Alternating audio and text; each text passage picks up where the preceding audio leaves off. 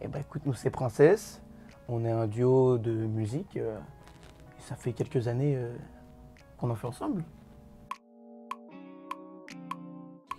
En gros, on s'est rencontrés, nos petites sœurs, elles étaient potes. Enfin, nous aussi on était potes, on était dans la même école, la même élémentaire. Et lui, en gros, il est parti, je sais plus en quelle classe. Toi, t'es parti en CM1, je crois. On s'est un peu perdu de vue. Et nos petites sœurs, elles étaient toujours potes. Et elles se voyaient, tu vois, en gros, on se voyait à chaque anniversaire qu'elles faisaient. Genre, moi, je venais, puis on parlait, on jouait, tac. Puis un jour, on a commencé à faire du son, tout simplement. On n'a pas choisi d'être en duo, hein. En vrai, ça s'est fait automatiquement. Ouais, voilà, c'est un truc qui s'est fait hyper naturellement. Et puis ça fait plaisir d'affronter les trucs à deux, tu vois. Tout est plus simple, il y a deux cerveaux qui calculent, ça calcule mieux, Ouais, beaucoup plus marrant aussi. beaucoup plus marrant. En gros, on a été repérés par les casteurs de The Voice. Et puis un jour, ils nous ont appelés du coup, pour faire le casting. Et de fil en aiguille, on est arrivé jusqu'aux auditions à l'aveugle. Et à chaque fois, c'était une surprise, tu vois. On a passé les auditions à l'aveugle, après on a passé les battles, et après on est arrivé jusqu'en demi-finale. Donc pour nous, c'était grave cool, tu vois, grave formateur. C'est quand même une émission qui nous a fait... ça nous a grave professionnalisé dans la musique. Et ça nous a fait prendre des skills de ouf. Ouais, c'était lourd, c'était notre premier contact avec vraiment un environnement professionnel, tu vois. Et ouais, c'était formateur. Même c'était premier vrai concert, tu vois, avec, je sais plus combien, il y a 500 personnes sur le plateau, un truc comme ça. Du coup, il y a 500 personnes, tu les connais pas et tu dois les convaincre, c'était lourd. Dans le bon ou dans le mauvais? Dans le bon, en vrai, c'est tous les gens qu'il y a derrière, tu vois. Alors vraiment, c'est des gens trop cool. Enfin, ils sont vraiment aux petits soins avec toi pour pas que, tu vois, c'est pour que tu vives vraiment bien l'expérience. Tu sais, il y a même une psychologue qui se balade dans les coulisses, qui parle avec toi, qui te détend. Et ça, franchement, c'est vraiment, je pense, un gros point positif dans l'accompagnement de l'expérience. Le négatif, en vrai, il n'y a pas vraiment de négatif, tu vois. Mais du coup, en fait, ça crée un décalage entre t'es au lycée, parce que c'est tourné un an avant la sortie, tu vois. Et tu peux le dire à personne. C'est genre un secret, tu vois. Ça veut dire, toi, un jour, tu es sur un plateau télé, c'est la première fois que tu vois, tu passes à la télé et tout, tu vois des stars, entre guillemets, tu vois. Enfin, c'est bizarre, tu vois. Et le lendemain, tu es en cours de maths à 8 h. Du coup, dans la tête, ça fait un truc un peu bizarre de, ok, est-ce que c'était réel, est-ce que, tu vois. Ça crée un gros décalage. T'en parles avec personne, et du coup, ça revient sur le truc de, c'est lourd d'être à deux, tu vois. Parce que du coup, tu peux... Tu te reconnectes plus facilement à ta réalité. Exactement. Franchement, c'était trop cool de voir la réaction directe des gens. Parce qu'il y a des gens qui découvraient aussi ce qu'on faisait. Et c'était, tu vois, parfois marrant de voir que les gens, ça leur plaisait pas. Et des fois marrant que les gens kiffaient, se prenaient un verre avec nous. Et c'était trop cool. Ouais. Il y a beaucoup de références, on est passé par plein de styles. On a écouté plein de trucs en vrai. Ah, la plus grande référence, c'est Gims. Hein, tu vois, Gims. Pour le mélange qu'il y a entre la chanson et le rap, je pense qu'on s'y retrouve pas mal.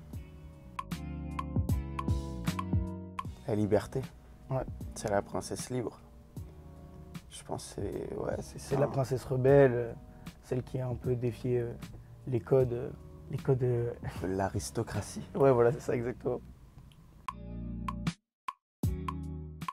Tu te trompes carrément pas. Ça fait plaisir carrément que tu dises ça. Parce que c'est vrai que la première lecture des morceaux, c'est... tu peux te dire que c'est une basique histoire d'amour et des sentiments liés à ça.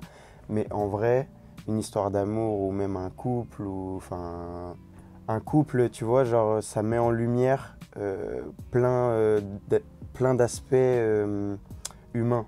Tu vois, genre il y a l'ego, comment est-ce que tu es avec toi-même, comment est-ce que tu gères tes sentiments, tout ça. Mais en vrai, c'est un condensé de tout ce qui se passe dans une vie, tu vois.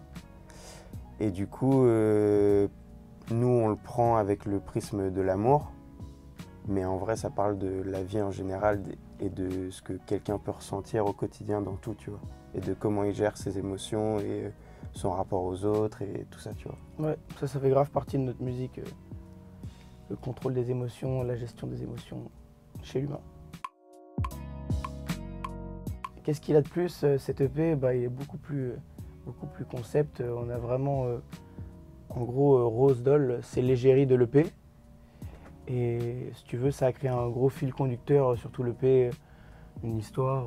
Qu'est-ce qu'on peut rajouter pour expliquer le concept? Ouais, c'est ça. En fait, ça crée un pont entre fiction et réalité, Ouais, tu ouais. vois. Vu que on voulait vraiment en fait que l'égérie, elle soit un personnage public, tu vois. Que tu puisses te rattacher à un personnage qui est réel et en même temps fictif. Parce que l'histoire, elle est en partie fictive, mais l'égérie existe, tu vois. En vrai, c'est tout simple, hein. On a voulu mettre en lumière l'égérie comme ferait une marque, tu vois. C'est assez simple. Et puis voilà, en vrai, c'est Rose Doll, l'égérie, en cover. C'est beaucoup de feeling, hein, comme d'hab. C'est, tu vois, la personne, ce qu'elle représente Ouais, c'est grave ça. aussi, tu vois. Parce que les sons sont quand même en rapport avec ça, tu vois. L'EP, il est dirigé vers ce qu'elle représente. Et elle est inspirante, tu vois. Ouais, c'est grave un choix. C'est grave un choix parce que vu que le concept... Enfin, c'est un choix, on n'y a pas réfléchi, tu vois, mais quand tu nous poses la question, moi, ça me paraît logique. C'est... qui dit concept, dit c'est dur de faire rentrer quelqu'un dans ce concept-là, tu vois. Parce que ça crée des...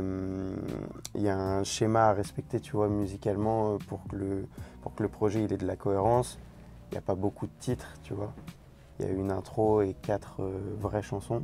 Donc ouais, c'était un choix sur ce format-là, tu vois. Ouais, surtout les feats, nous, c'est un truc qu'on fait hyper naturellement. Ça va avec les rencontres qu'on fait.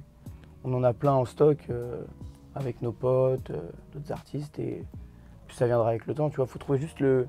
On n'a pas envie de faire un feat pour faire un feat, tu vois. Faut que ce soit cohérent dans tout le projet artistique. On va continuer sur cette ligne artistique de paix avec une égérie, je pense. C'est surtout ça. Et puis faire du gros son, en vrai. C'est ça l'importance. Envoyer des clips. Ouais, surtout envoyer des clips. Ça va envoyer du clip. Et du concept. Que du concept.